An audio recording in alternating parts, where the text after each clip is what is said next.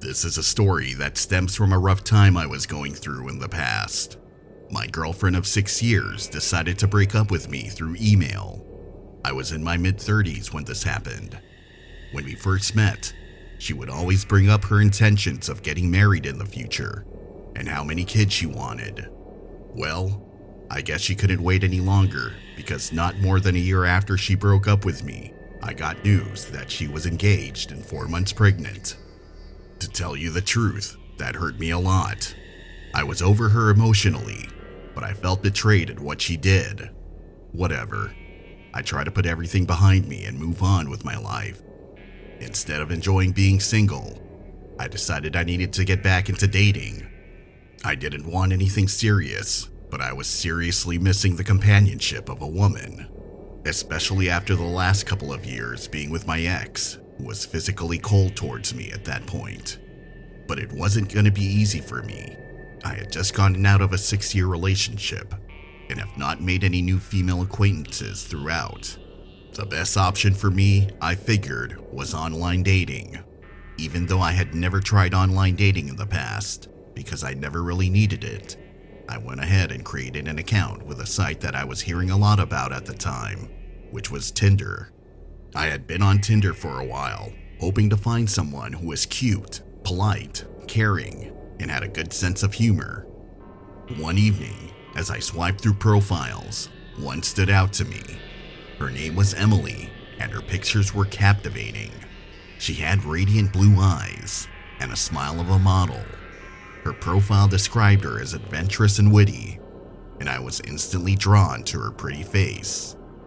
We matched, and our conversation started off easily. We had similar interests in humor. We both loved cheesy 80s movies, but what stuck with me was she loved my jokes. Everything flowed effortlessly, our messages going back and forth late into the night. The next evening, she didn't hesitate to give me a call after I gave her my number. We spent most of the call laughing. I can honestly say it felt good talking to Emily. I felt we had a true connection. I started to get concerned if it was really her in her profile. I know most of you would say just FaceTime her to verify it's really her. And I thought about that too, but I was really hesitant, and let me explain why. This was the first time in a long time that I got this intimate with a woman, especially an attractive one. I wasn't comfortable using FaceTime in general, but I also felt that she might get offended if I tried to verify who she really was that way, if that makes sense. I didn't want to start anything that could ruin all of this, so I decided to meet her in person instead. I kept playing the scenario of what would I do if I found out it wasn't her in the pictures. Would I still be willing to go out with her? And to be honest, I was still willing to give it a shot, based off of her personality alone, because I really enjoyed talking to her. As long as she didn't look too ugly, just keeping it real. We decided it was time to meet in person. We settled on this well-known dive bar in my city, one I went to often. She lived a 30-minute drive away from me, so I arrived early and proceeded to get seats at the far corner of the bar. I messaged Emily what I was wearing and where I was seated. I waited with anticipation, having a clear sight of the entrance. When Emily walked in, my breath caught in my throat. She looked exactly like her profile pictures, her eyes shining and her smile just amazing. Like an excited little boy, I signaled for her to come. She hurries over and we hug. I'm relieved that the funny, witty girl I talked to over the phone matches up with the gorgeous girl I just met at the bar. I got our drinks and we spent the evening talking, laughing, and exchanging stories. The chemistry was undeniable, and it felt like we had known each other for ages. As the night went on, I felt less nervous, and I found myself getting attracted to her even more. It was the perfect first date. My guard was completely down as I was enjoying the company of this lovely lady. As we were talking, it suddenly dawned on me that the chances of me ever meeting a beautiful woman like Emily again were slim, and I made a decision to make my intentions with her a little clearer. I took a deep breath and invited her to my place after to finish a bottle of wine. My heart raced as I waited for her response, afraid she might think I was too aggressive. But to my surprise and delight, she agreed, her eyes filled with intrigue. We arrived at my apartment, and I was so glad I cleaned that morning. I showed her where the restroom was while I went to the kitchen to get the wine from the fridge. I poured the drinks and made my way to the living room, with Emily getting comfy on the sofa. I laid down the drinks on the table and have the sudden urge to use the restroom. I excuse myself as I make my way down the hall. As I was washing my hands, I looked at myself in the mirror and realized just how lucky I was at that moment. I have this beautiful woman at my place right now, and if I play my cards right, she could end up sleeping with me. I smiled and chuckled and did a little dance in front of the bathroom mirror out of excitement, but reminded myself that I was going to go with the flow and have as much fun I can that night. I would never try to manipulate Emily into doing something she wasn't comfortable doing. I wiped my hands dry and make my way back to the living room. I sat down right next to Emily, seeing how she would react. She didn't mind and pulled in a little closer to me. I was relieved. I held my glass up for a cheers, taking a big sip, hoping the wine would keep the mood fun and relaxed. Our conversation continued effortlessly, just as it had at the bar, only this time I had my arm around her. I was close enough to smell how good her hair was. As we were talking, I started getting more and more relaxed, almost to the point where I wanted to rest my head on Emily. Before I knew it, I was finding it hard to keep my eyes open. The last thing I recall was me admiring Emily's beauty while she was talking about her first job as a dental assistant. When I woke up the next morning, I felt like I had a massive hangover. This was odd because I didn't recall drinking that much. Then I remembered Emily. I shot up to my feet as I remembered my date from last night, but she was nowhere to be found. As I was going around my apartment, I noticed that all the drawers in my dressers were open, and my money and jewelry were missing. I was shocked, and it took me another 5 minutes to connect the dots and realized what happened. I felt a mix of anger, betrayal, and regret. I seriously thought there was a connection between me and Emily. I called the police right away and filed a report, hoping they could track down Emily. However, they weren't able to, and Emily's account was no longer active when I last checked. It took me a long time to recover. I only bring this story up again because I was cleaning my apartment and decided to take off the cushions from my sofa so I could vacuum it. I was shocked to see the empty capsule among the trash I found in the sofa. I got a shiver down my spine just thinking back to the time I got robbed by a girl I met off Tinder.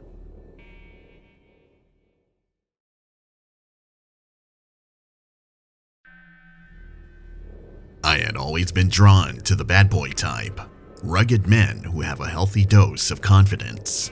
I grew up in a poor working class family in a rough neighborhood, so I guess I feel more comfortable with these types of men.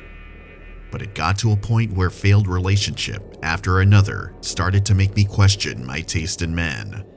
I wanted to break that cycle to see if I could meet someone completely different and hopefully become more successful when it came to my relationships.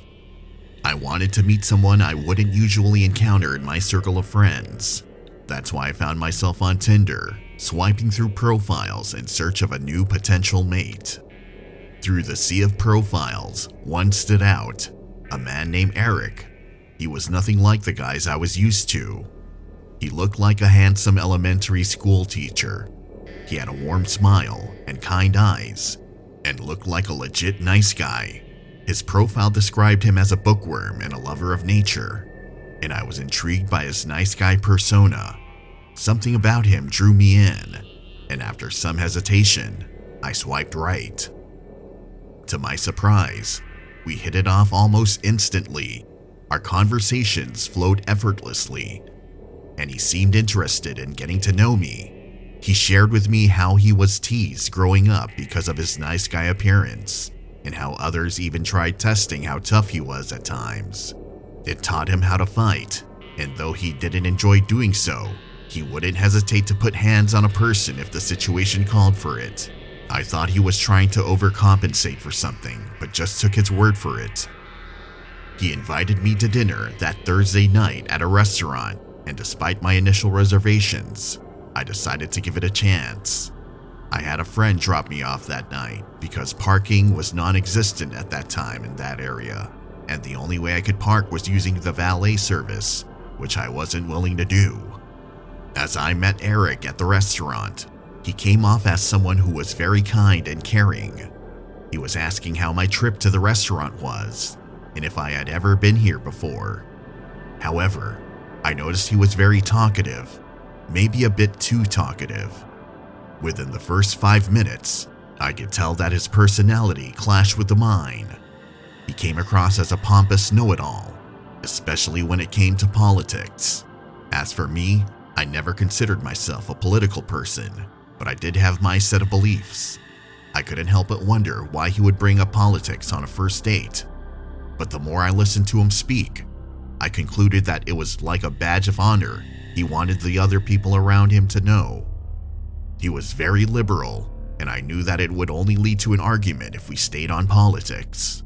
I tried steering the conversation toward his background and hobbies, hoping for a more enjoyable, common ground exchange. However, he always managed to redirect it to politics. And just as I had predicted, I said something that he ferociously disagreed with. The whole mood started to go downhill from there. Suddenly, he stood up and starts making a scene, muttering insults about me being a racist bigot. The entire restaurant turned their heads in confusion and stared at him. I was angry and embarrassed, not knowing how to react. Gathering my things, I made my way towards the exit, sending a desperate text to my friend, asking her to pick me up at the restaurant as soon as possible. While I waited outside, furious at what just happened, Eric rushed towards me, profusely apologizing for his outburst. He insisted that he was wrong and invited me to come back inside. My anger intensified as I firmly told him I was no longer interested and that my friend was on her way to take me home. I was turned off by his pompous attitude, and my blood boiled when I saw him again. I turned away, trying to restrain myself from cursing him out. In that moment, I expected to hear his footsteps walking back to the restaurant, but instead, I heard a resounding slap, followed by a blinding flash of pain. My knees buckled, and I fell to the ground as I lost consciousness. When I came to, I found myself surrounded by police officers, asking me questions. It turns out Eric had struck me while my back was turned, and fortunately, a security guard had witnessed the assault. The guard, who clearly outweighed Eric, pinned him to the ground as he called the police, leading to his arrest. My friend arrived soon after and drove me back home. I had a large bruise over my left eye, and I cried myself to sleep that night, mad at how unfortunate the night turned out. In the end, I realized that appearances can be deceiving, and good guy personas aren't always what they seem. My encounter with Eric destroyed any remaining faith I had in online dating. From now on, I stick to the old-fashioned way when meeting potential partners, and no more nice guys, please.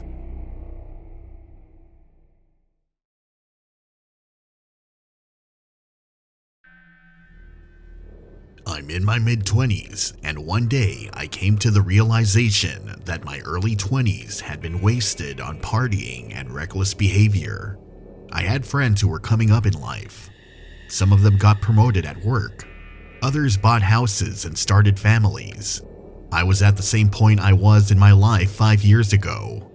I was desperate to make up for lost time, but overcoming my bad habits wasn't going to be easy. On one particular night, feeling restless and longing for a booty call, I opened Tinder in search of a casual encounter. It was 11 p.m., and as I scrolled through profiles, I stumbled upon a girl who caught my attention. I began messaging her, and she replies asking me what I do for a living. I'm lying to her, pretending to be a baller, trying to entice her to come over, casually mentioning the presence of illegal substances in my apartment, even though I didn't have any. She was hesitant, telling me about a previous encounter where the man's roommates had acted creepily towards her. I assured her that I was alone and convinced her to come over, eagerly messaging her my address. That's when she stopped replying. Minutes turned into silence, and my anxiety grew. I messaged her, asking her if she was on her way, but there was no response. That's strange. I guess she's still looking up my address. Another 10 minutes passed, and desperation kicked in as I realized her last reply had been 30 minutes ago. While waiting, I was exchanging texts with a friend who was still active in the party scene. At first, I wanted to brag to him about the girl I had lined up from Tinder, but my tone gradually changed as the non-response to my messages became concerning. My friend, who was about to enter a club at that time, told me to be careful and promised to check in with me again later. This whole Tinder exchange has prevented me from getting any sleep. I couldn't calm down knowing someone out there knew my address and knew I was alone, so I went downstairs to watch TV. It was around 1:30 a.m. I was in a daze, half asleep, watching the part in Happy Gilmore where Shooter McGavin tongue kisses his grandma and she turns into Gene Simmons. That's when I heard a rush of footsteps approaching my front door. Fear overcame me, and I muted the TV to listen carefully as the sounds moved around the house. Then, a loud bang reverberated through the air, the forceful impact of a donkey kick hitting my front door. Acting on instinct, I rushed to the door, throwing my weight against it, desperately trying to reinforce its strength. But I soon realized that my efforts were in vain, as I heard the same bangs coming from the smaller back door in the kitchen.